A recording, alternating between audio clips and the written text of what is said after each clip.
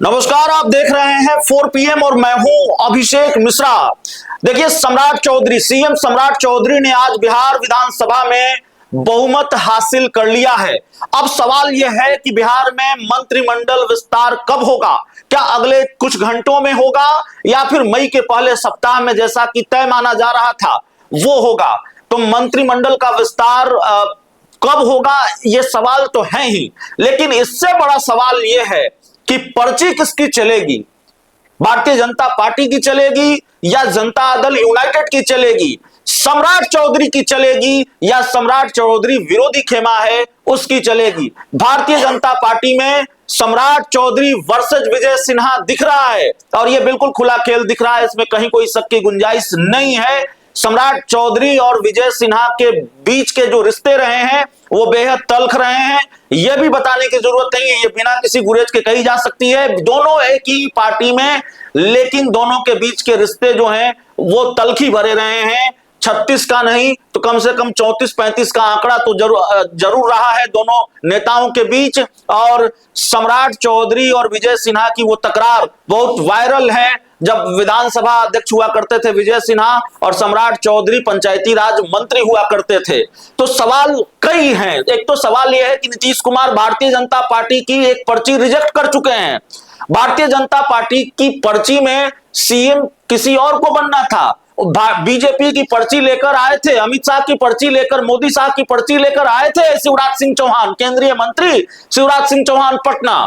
लेकिन नीतीश कुमार ने उस पर्ची को रिजेक्ट कर दिया, उस पर्ची को स्वीकार नहीं किया और नीतीश कुमार ने अपनी पर्ची दिखाई जिस पर्ची पर सम्राट चौधरी का नाम लिखा हुआ था। तो जाहिर तौर पर एक पर्ची नीतीश कुमार रिजेक्ट कर चुके हैं।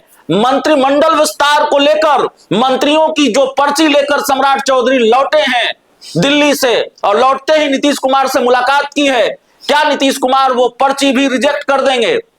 आमतौर पर बीजेपी कोटे से मंत्री कौन बनेगा, यह बीजेपी का मामला होता है, लेकिन कई बार नीतीश कुमार सहयोगी दलों के मामले में भी हस्तक्षेप करते हैं। ये नीतीश कुमार ही थे जिन्होंने कभी ये तय किया या कभी ये जिद पकड़ी कि भारतीय जनता पार्टी के बड़े नेता, स्टार प्रचारक, गुजरात के तत्कालीन मुख्यमंत्री नरेंद्र मोदी बिहार विधानसभा चुनाव में प्रचार करने नहीं आएंगे, भले ही उनको बीजेपी की तरफ से प्रचार करना हो, भले ही वो बीजेपी के नेता हो, लेकिन तय जेडीयू के नेता ने किया, तय नीतीश कुमार ने किया। तो ये सारी चीजें होती रही हैं। अब नीतीश कुमार उस स्थिति परिस्थिति में है, उस राजनीतिक उतना राजनीतिक रसूख है कि नहीं है, इस पर बहस हो सकती है। लेकिन सवाल यह है कि क्या नीतीश कुमार भारतीय जनता पार्टी की पर्ची फिर रिजेक्ट करेंगे? सम्राट चौधरी और नीतीश कुमार मिलकर बैटिंग करेंगे और जो विरोधी खेमा है भारतीय जनता पार्टी में, सम्राट विरोधी खेमा,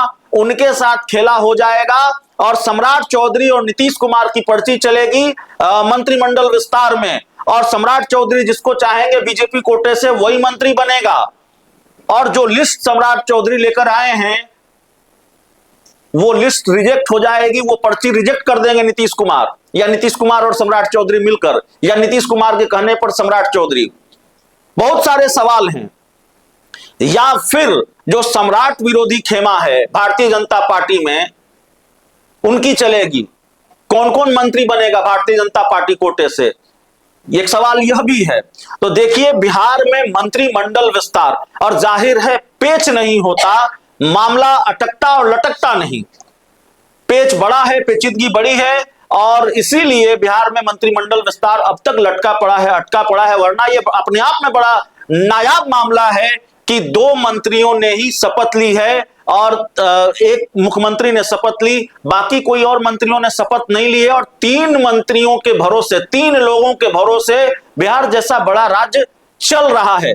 तो यह सवाल उठेगा और यह सवाल उठाया जाता है। लेकिन अब चूंकि जो जानकारी निकलकर सामने आ रही है कि बिहार में मंत्रिमंडल विस्तार को लेकर हलचल बढ़ी है बिहार के राजनीतिक गलियारों में, सम्राट चौधरी माफ कीजिएगा, बिहार के मुख्यमंत्री सम्राट चौधरी ने बहुमत साबित कर लिया है विधानसभा में और इसमें कोई हैरानी वाली बात नहीं है। नंबर थे सम्राट चौधरी के पास, आंकड़े थे एनडीए के पास, इसलिए सम्राट चौधरी ने बहुमत हासिल कर लिया है। तो सवाल यह है कि मंत्रिमंडल विस्तार अगले कितने घंटों में होने जा रहा है, तो मेरे पास जो जानकारी है 48 घंटे 72 घंटे बहुत है। जब बिहार में मंत्रिमंडल विस्तार होगा, नहीं होगा, समय लगेगा, मामला अटकेगा तो लटकेगा, तो समझिए लंबा लटकेगा, पेच नहीं सुलझ पाया है, पेचीदगी ज्यादा है, और ये सारी चीजें भी हैं जिसका जिक्र हम कर रहे हैं।